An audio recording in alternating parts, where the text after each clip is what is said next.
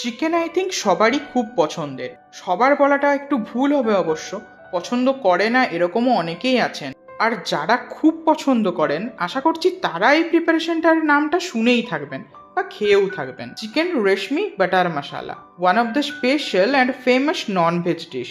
রেস্টুরেন্টসগুলোতে তো always menu লিস্টে থাকেই, আর আমরাও মাঝে মধ্যেই খেয়ে থাকি সেখানে। আর বাড়িতেও কিন্তু একদম রেস্টুরেন্ট স্টাইলই বানানো যায়। ফার্স্টে তো পেঁয়াজ, টমেটো, কাঁচা লঙ্কা, কাজু, মগজ ও তার সাথে আরও বেশ কিছু মশলাপাতি দিয়ে ভালো করে প্রথমে ফ্রাই করে দেন মিক্সার গ্রাইন্ডারে ভালো করে গ্রাইন্ড করে নিতে হবে, ঠিক যেমন প্রসেসটা স্টার্টিংয়ে দেখলে। এভাবেই তৈরি হবে গ্রেভিটা।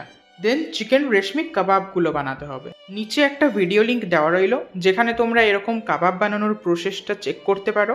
দেন গ্রেভিটা আরেকবার তেলে ফ্রাই করে তার সাথে কাবাবগুলো মিশিয়ে একটুক্ষণ ফুটিয়ে তার উপর একটু ফ্রেশ ক্রিম আর বাটার ছড়িয়ে দিলেই রেডি চিকেন রেশমি বাটার মশালা।